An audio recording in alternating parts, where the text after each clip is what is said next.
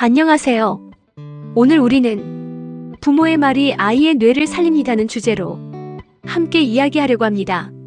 아이를 키우다 보면 이런 순간이 있습니다. 조금만 혼나도 울음을 터뜨리는 아이, 작은 실수에도 나는 못해요라고 말하는 아이, 친구와 다투고 나면 하루 종일 마음이 무너지는 아이. 그런 모습을 보면 엄마의 마음도 함께 흔들립니다. 우리 아이가 왜 이렇게 약할까? 왜 이렇게 예민할까? 어떻게 하면 더 강한 아이로 키울 수 있을까? 하지만 오늘 우리는 아이를 다르게 바라보려고 합니다. 아이의 문제 행동 뒤에는 아직 자라고 있는 뇌가 있습니다.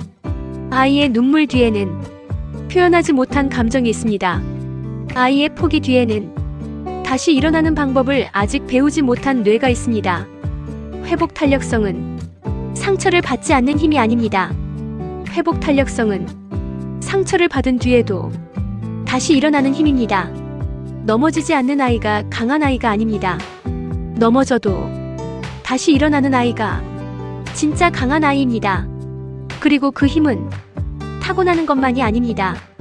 부모의 말, 부모의 표정, 부모의 반응 속에서 아이의 뇌는 다시 일어나는 길을 배웁니다.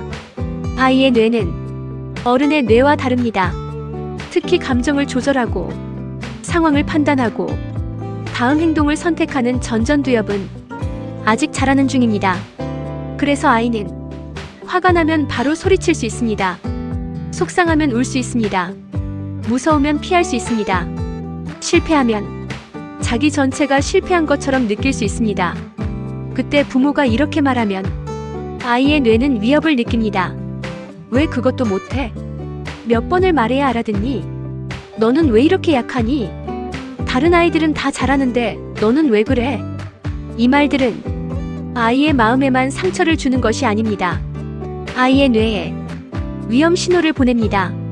그러면 아이의 뇌는 배우는 모드가 아니라 방어하는 모드로 바뀝니다. 듣기보다 숨고 생각하기보다 울고 도전하기보다 포기하게 됩니다. 하지만 부모가 이렇게 말하면 아이의 뇌는 안정감을 느낍니다. 속상했구나. 많이 놀랐구나. 틀려서 창피했구나. 괜찮아. 어디서 어려웠는지 같이 보자. 이 말은 아이를 버릇없게 만드는 말이 아닙니다. 이 말은 아이의 뇌를 다시 배움의 자리로 데려오는 말입니다. 아이에게 가장 먼저 필요한 것은 정답이 아니라 안정감입니다. 안정된 뇌가 배웁니다. 안정된 마음이 다시 시도합니다. 안정된 관계 안에서 아이의 회복 탄력성은 자랍니다. 회복 탄력성을 키우는 첫 번째 힘은 감정 조절력입니다. 감정 조절은 감정을 없애는 것이 아닙니다. 화내지 않는 아이로 만드는 것도 아닙니다. 감정을 알아차리고 말로 표현하고 조금씩 다스리는 힘입니다. 아이가 울 때 그만 울어라고 말하기 전에 이렇게 말해보세요. 속상했구나. 마음이 많이 아팠구나. 엄마가 내 마음을 들어줄게. 아이는 자기 마음을 엄마의 언어를 통해 배웁니다. 엄마가 감정을 읽어주면 아이는 자기 감정을 이해하기 시작합니다. 두 번째 힘은 해석 전환력입니다. 아이에게 일어난 사건보다 더 중요한 것이 있습니다. 그 사건을 어떻게 해석하느냐입니다. 시험을 못 봤을 때 아이가 이렇게 생각할 수 있습니다. 나는 머리가 나쁜가 봐. 나는 원래 못해. 엄마가 실망할 거야. 이때 부모가 도와주어야 할 것은 아이의 해석을 바꾸는 일입니다. 이번 시험이 너의 전부는 아니야. 이번 방법이 잘 맞지 않았던 것 같아. 어디서 막혔는지 찾으면 다음에는 달라질 수 있어. 이 말은 아이의 실패를 성장의 재료로 바꿔줍니다. 세 번째 힘은 제도 전력입니다. 회복 탄력성이 있는 아이는 한 번도 실패하지 않는 아이가 아닙니다. 실패 후에 다시 해볼 수 있는 아이입니다. 하지만 다시 시도하려면 너무 큰 목표보다 작은 한 걸음이 필요합니다. 다시 열심히 해보다. 이 말이 더 좋습니다. 오늘은 한 문제만 다시 풀어보자. 이번에는 5분만 다시 해보자. 내일은 한 가지만 다르게 해보자. 작은 성공이 쌓이면 아이의 뇌는 기억합니다. 나는 다시 할 수 있구나. 나는 완전히 실패한 게 아니구나. 조금씩 나아질 수 있구나. 이것이 회복 탄력성의 뇌회로입니다. 그렇다면 가정에서 아이에게 바로 사용할 수 있는 대화법은 무엇일까요? 첫 번째 대화입니다. 괜찮아. 다시 보면 돼. 이 말은 아이에게 실패가 끝이 아니라는 것을 알려줍니다. 두 번째 대화입니다. 지금 마음이 어때? 이 말은 아이가 자기 감정을 바라보게 해줍니다. 세 번째 대화입니다. 어디서 어려웠을까? 이 말은 비난 대신 관찰하게 합니다. 네 번째 대화입니다. 이번에 배운 것은 뭐야? 이 말은 실패를 배움으로 바꾸어 줍니다. 다섯 번째 대화입니다.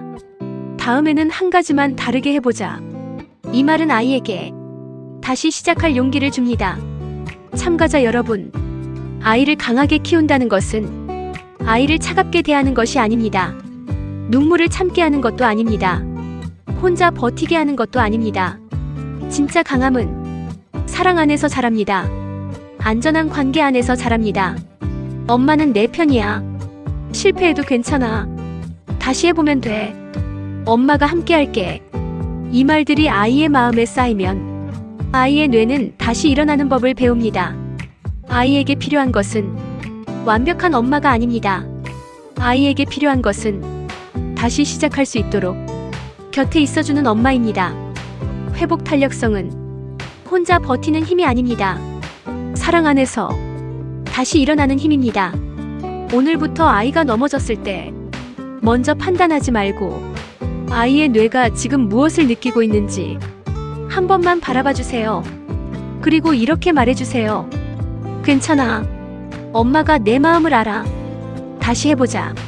그 말 한마디가 아이의 뇌에 길을 만듭니다. 그 길이 쌓이면 아이의 인생에 힘이 됩니다. 뇌를 알면 아이의 마음이 보입니다. 뇌를 알면 아이의 눈물이 보입니다. 그리고 뇌를 알면 아이 안에 숨어있는 회복 탄력성이 보입니다. 리더 코칭 영영 컨설팅 대표 이정선입니다. 아이의 회복 탄력성은 넘어지지 않는 힘이 아니라 사랑 안에서 다시 일어나는 뇌의 힘입니다. 감사합니다.